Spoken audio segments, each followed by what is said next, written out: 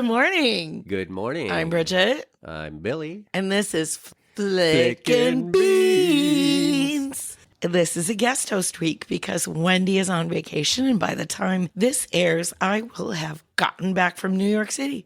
New York City? Yeah, I'm pretty excited about that. It will be very overwhelming. Thank you so very much for being my guest host today. Certainly. So this is your second time? Yep. I'm sure you feel so privileged. Yes, of course. Okay, so our movie this week was... Capt. I do have a thing for Kurt Russell, but maybe that's just the Overboard connection. It could be. He did channel Dean Prophet in the whole cutout sides shirt, etc.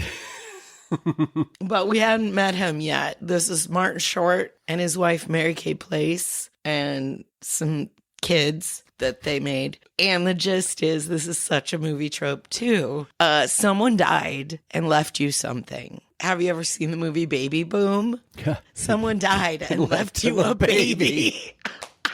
Well, in this case, it's a cool ass boat. So I did write a little synopsis. Want to hear it? Yes. All right. Family inherits boat. It's in the Caribbean. Needs work and comes with a captain. Dad feels threatened. Acts like an ass. Adventures ensue. Personal growth occurs.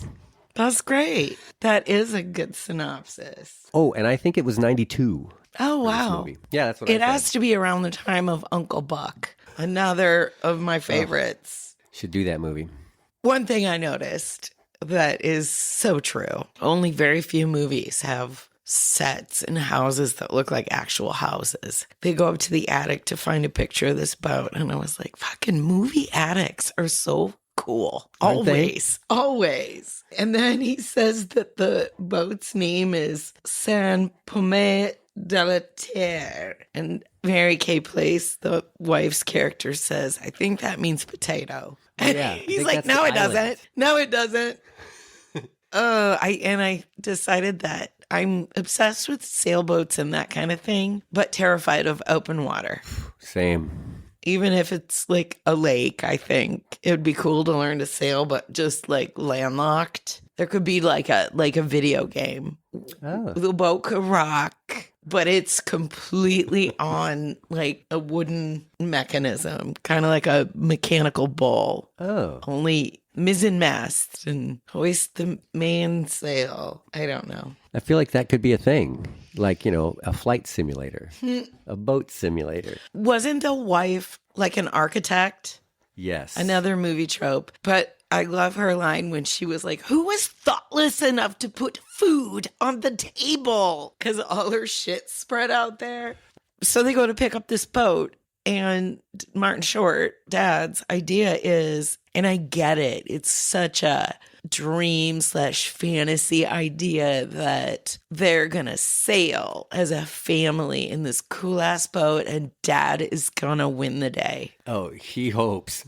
He's going to be the hero. You can tell that from the beginning. Getting this cool ass boat, but it's not exactly what happens because Captain Ron kind of usurps Dad's stab at coolness. I think that is exactly right. I wrote down for some themes that jealousy and fragile egos abound in this. Constant themes that you see in a lot of, I'd say, late 80s movies for sure. And despite his character being so jealous of Captain Ron and his family's taking to him, the wife is still very much in love with him and into him. And they try to have sex in that teeny tiny shower. It's probably my favorite scene. Oh my God. And then, oops, a broom handle falls over and blocks the door so they can't get out. Blocks the door shut. And of course, it is one of the funniest scene of the movie where they get caught in the shower and almost drowned. It's the most unbelievably small shower, but what you would expect. Yes. The boat's gorgeous, though. Beautiful.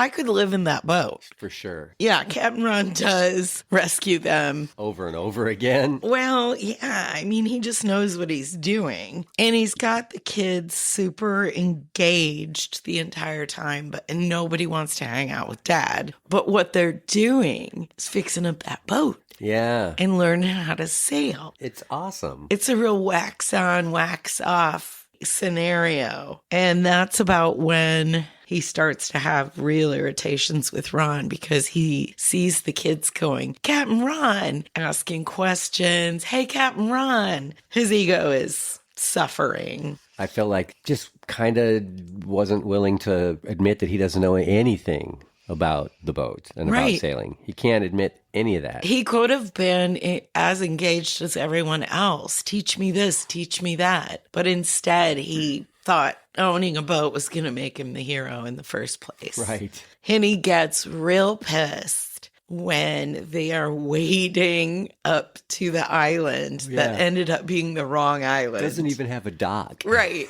So he's just stomping up there, being pissy. The wife is like, hey, this is a spontaneous adventure. Let's enjoy it. The kids are enjoying it. There's dancing, there's booze, there's everything there. It's a great evening. That's one of the themes I wrote down, probably during that scene, actually, which is lighten up while you still can. That's my tattoo. He stormed off. He was just going to go, I'm going to go for a walk. Take a breather in the jungle. Yeah, don't go off the path. Yeah, and There's he's like, gorillas. This is not where gorillas inhabit in the world. He's like, you said gorillas, not gorillas. You could have said revolutionaries, freedom fighters. Well, gorillas, land pirates. I don't know. Oh, yeah, even the jealousy when he looks out down the beach and he sees a beautiful dream girl, angel of the beach, thinks it's a mirage even. He thinks she's waving at him, but it's waving at Captain Ron, so it's like, fuck. Oh. He gets everything. Even the kids don't believe he's gonna come through this and be their hero, save the day. The kids are very nonchalant about it. Well, that's how kids are, This is what we do now. We're on a boat. Right. Well, it's Once amazing. they got through complaining, the daughter, she complained a lot. That's always the case in these movies. But they had fun too, but also they had that hard work. And what kids that age are gonna be polishing up shit and mizzen-masting. They got nothing else to do. This was before cell phones. Exactly. That made me Nothing think else of that. to do. And they thought Captain Ron was cool. Yeah. You couldn't have the same scenario even nowadays. One of the themes, as you said, was lighten up while you still can. Yeah. Enjoy it. Enjoy the moment. Don't be a jealous baby. Don't let your ego rule your emotions. And one of my supreme takeaways is that this is inherently a Mary Poppins story. Oh, go on. Well, in Mary Poppins, she engaged the children to such a degree that the parents felt isolated from their children even more than they already had been. When it was time for her to leave them, the children and the parents had a closer bond. That's exactly right. Mary Poppins with an eye patch. I actually wrote down that it reminded me a little bit of Along Came Polly in that weird jealousy that happened at the beginning with the scuba instructor. Oh, and sure. then later there's the whole scuba instructor again, but he's had a transformation. Feel like that same sort of thing happened in this movie too, where there was growth. I love this movie. It's always been one of my favorites, even though it's so very basic. Underdog movie, kind of. It's been done and done again. Yeah, But I think there's good chemistry. Kurt Russell's, his character is hilarious. always. There's a quote that I like after he gets caught not being broken legged, and he goes, "My leg's feeling a lot better, boss. I've always been a fast healer, Of course I believe in Jesus." That really made me laugh a lot. I love it. Great character. Just all the funny thing, the way he tried to work his way out I of it. was super into Martin Short at that time. And he is just, I can see why he was such a tiny little wisp of a thing at And one he point. had some great physical comedy. Oh, yeah. When he gets tossed overboard the first time, I totally thought Ed Grimley, the way he flew off the boat. Ed Grimley was my spirit animal in high school, 100%. Yeah, so did we do it? I think we did it. We flicked some beads. Okay, love you. Bye. Party all night.